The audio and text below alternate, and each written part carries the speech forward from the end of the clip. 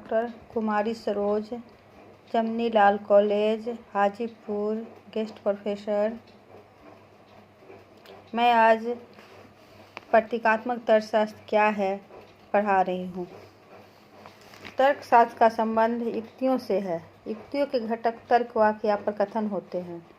सभी ग्रह सूर्य के चारों ओर घूमते हैं। मंगल एक ग्रह है, अतः मंगल सूर्य के चारों ओर घूमता है।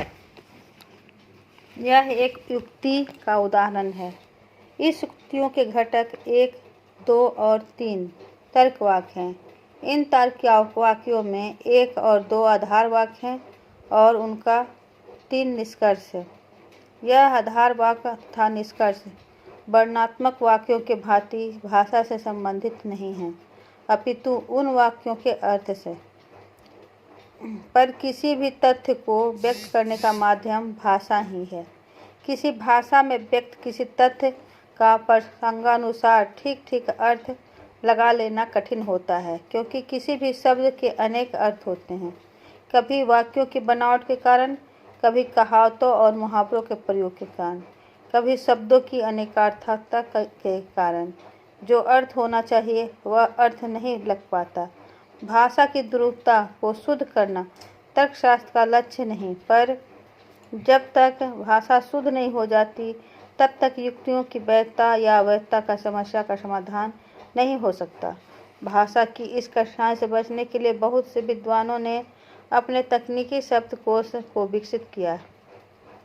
रसायन शास्त्र में, भौतिक विज्ञान में, गणित में अपने प्रतीकों का प्रयोग होता है। फिर एक कठिनाई और उपस्थित होती है। विज्ञानों में दत्त सामग्रियाँ अनेक होती है। उन्हें भाषा में विस्तार पूर्वक अंकित करना समय और स्थान दोनों की बहुत अधिक मात्रा में आवश्यकता होती है। प्रतीकों के प्रयोग से उनका रूप छोटा हो जाता है। उन्हें अंकित करने में न उतना स्थान न उतने समय की आवश्यकता होती है। फिर भी यह कि दत्त सामग्रियाँ के छोटे रूप पर ध्यान देना जितना सरल है उतना अन्यथा नहीं। दत्त सामग्रियाँ के संकलित रूपों की तुलना करना भी सरल होता है। गणित में या संख्यात प्रणाली में व्याख्यात्मक प्रतीकों का प्रयोग से किसी समीकरण को बहुत ही संक्षिप्त रूप में व्यक्त किया जा सकता है, जैसे क गुने क गुने क गुने क गुने क गुने क, ख गुने क ख गुने ख। इसका संक्षिप्त रूप क का 7 और क स्क्वायर 7 एंड ख स्क्वायर 3 होता है। प्राय सभी विज्ञानों में प्रतीकों का प्रचलन हो गया है। इन्हीं सुविधाओं के कारण तर्कशास्त्र में भी विशेष तकनीकी चिन्हों का विकास हुआ है।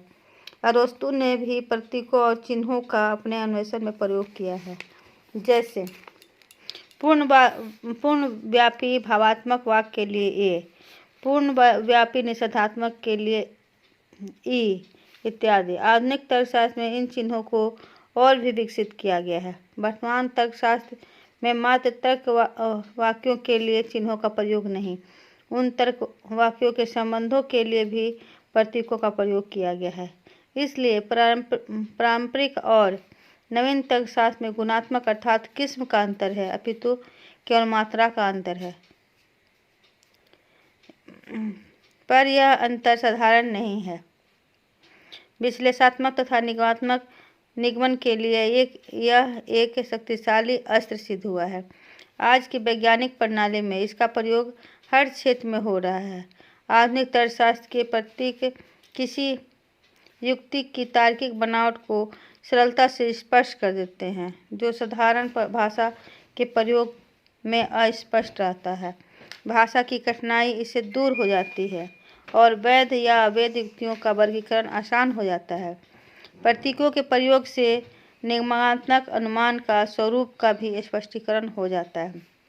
व्हाइटहेड ने ठीक ही कहा है कि प्रतीकों की सहायता से एक बार देखकर ही यांत्रिक रूप से युक्तियों की वैधता जानी जा सकती है, जिसके लिए अन्यथा उच्च मानसिक योग्यता की आवश्यकता होती है।